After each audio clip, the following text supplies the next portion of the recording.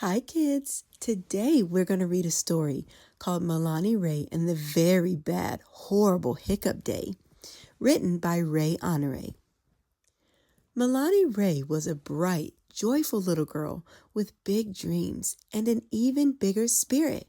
And one of her favorite things in the whole wide world was visiting her grandmother. Lovely. That's what everyone called her, because she was.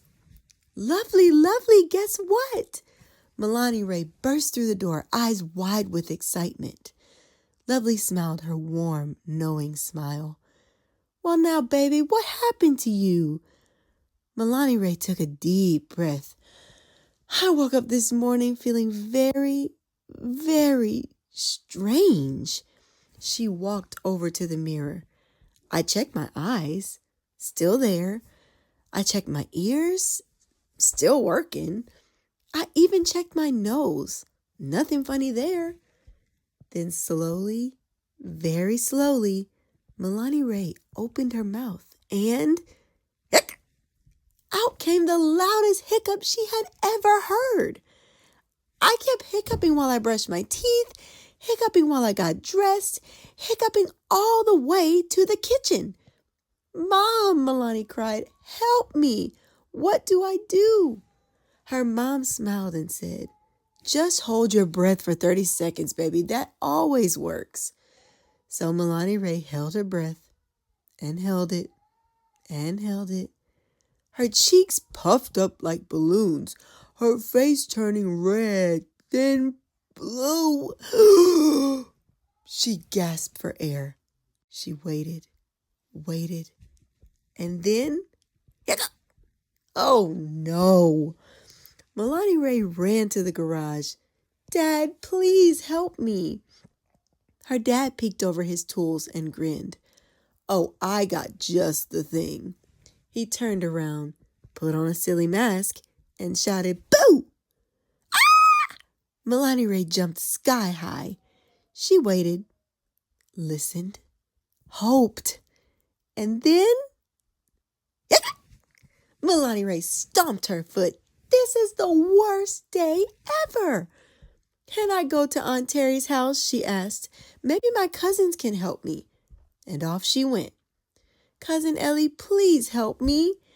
Ellie twirled in her princess dress, holding her sparkling wand. Well, of course, dear Milani Rae, she said. I am a princess. She waved her wand high in the air. Bippity, boppity, boom! They both froze, waited, listened, and then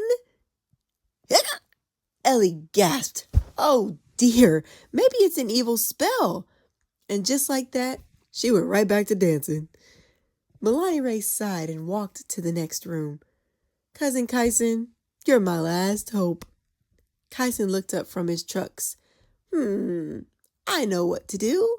He smiled the biggest smile.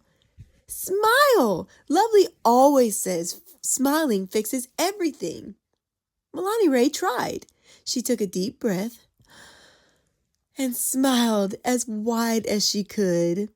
She waited, and then... Oh, come on, she groaned. Milani Rae went back home.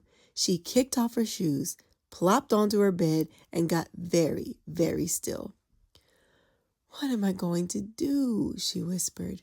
Then suddenly, she thought about Lovely and all the things Lovely always said. Your spirit is powerful, baby. What you speak, you become. What you believe, you can achieve.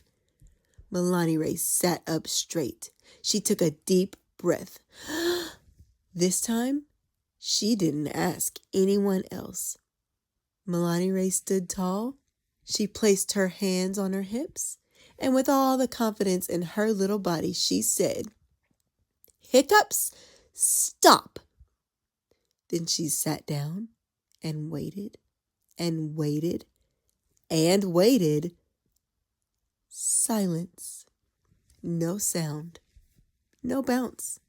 No hiccup. Her eyes grew wide. They're gone. Milani Rae jumped up with joy. They're really gone. Milani Rae smiled as she finished her story. And that's how I did it, Lovely. Lovely nodded gently, her eyes full of pride. Well, now what did you learn, baby? Milani Rae grinned. That my spirit is strong, that my voice has power, and that I can do anything if I believe it and speak it. Lovely pulled her close and hugged her tight. That's right, baby, she whispered. That power has always been inside of you. The end.